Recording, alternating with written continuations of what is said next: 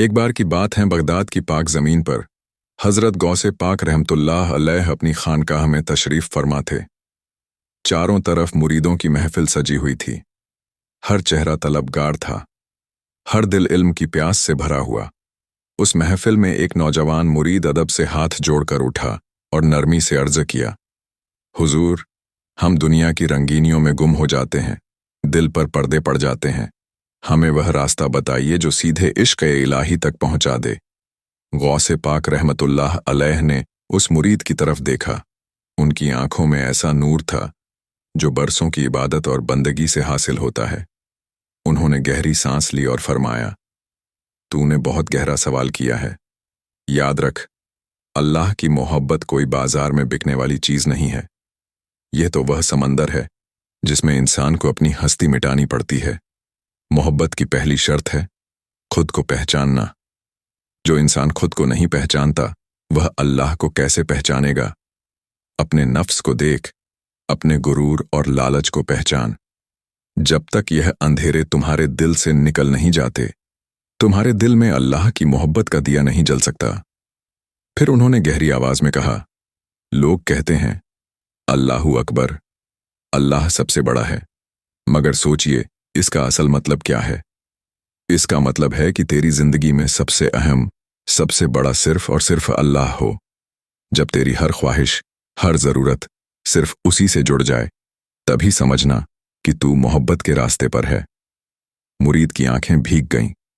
उसने पूछा, हुजूर, हमें नमाज में सुकून क्यों नहीं मिलता, जिक्र में दिल क्यों नहीं लगता। गौसे पाक ने नूरानी चेहरा उसकी तरफ मोड़कर फरमाया, मेरे लाल, ये इसलिए है क्योंकि तेरा दिल अभी दुनिया की गंदगी से भरा हुआ है। याद रख, नमाज सिर्फ सजदा करने का नाम नहीं, नमाज तो अपने महबूब से बातें करने का जरिया है। जब तू अल्लाहु अकबर कहे तो दुनिया की हर चीज को पीछे छोड़ दे। जब तू सजदा करे तो महसूस कर कि तू अल्लाह के सबसे करीब है। आपने आगे जिक्र की अहमियत बयान करते हुए कहा, जिक्र दिल को साफ करने का सबसे बड़ा हथियार है। जैसे कपड़े को पानी और साबुन से धोया जाता है, वैसे ही दिल को अल्लाह के नाम से धोया जाता है। जो दिल हर वक्त जिक्र में डूबा रहता है, उसमें शैतान का वसवसा जगह नहीं बना पाता। उस दिन की बातें सुनकर मुरीद की रूह कांप गई और आंखों से अश्क बह निकले। उसने पीर साहब के हाथों को चूमा और कहा, हुजूर, आज दिल के पर्दे हट गए, अब मुझे मोहब्बत का रास्ता समझ आ गया। अगले दिन वही मुरीद फिर हाजिर हुआ। इस बार उसके चेहरे पर नूर और सुकून था। उसने अर्ज किया, हुजूर, अब हमें बताइए फना बिल्लाह और बका बिल्लाह का राज क्या है। गौसे पाक मुस्कुराए और फरमाया, मेरे लाल, फना का मतलब है इंसान अपनी हस्ती को अल्लाह की हस्ती में मिटा दे। जैसे एक कतरा समंदर में मिलकर अपनी पहचान खो देता है और समंदर बन जाता है, इसी तरह जब इंसान अपने नफ्स और गुरूर को अल्लाह की मोहब्बत में मिटा देता है तो वह फना के मुकाम पर पहुंचता है। और जब फना मिल जाता है तभी बका बिल्लाह नसीब होता है, यानी हर सोच, हर अमल, हर सांस सिर्फ अल्लाह के लिए। आपने आगे कहा, इस राह पर गुस्सा, लालच और गुरूर को छोड़ना जरूरी है। यही वो जंजीरें हैं जो इंसान को अल्लाह तक पहुंचने से रोक देती हैं। जब तू इनसे आजाद हो जाएगा तब तुझे एहसान की सिफत हासिल होगी। एहसान का मतलब है कि तू इबादत ऐसे कर जैसे तू अल्लाह को देख रहा है, और अगर तू उसे नहीं देख रहा तो इतना यकीन रख कि वह तुझे देख रहा है। पूरी महफिल पर एक अजीब सुकून उतर आया।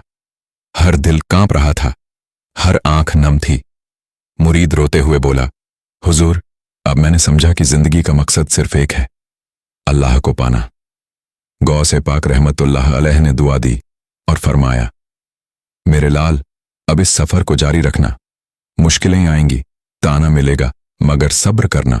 याद रख, तेरी सबसे बड़ी दौलत तेरा ईमान है, तेरी सबसे बड़ी पहचान तेरी मोहब्बत है, और तेरी सबसे बड़ी ताकत तेरी तौबा है।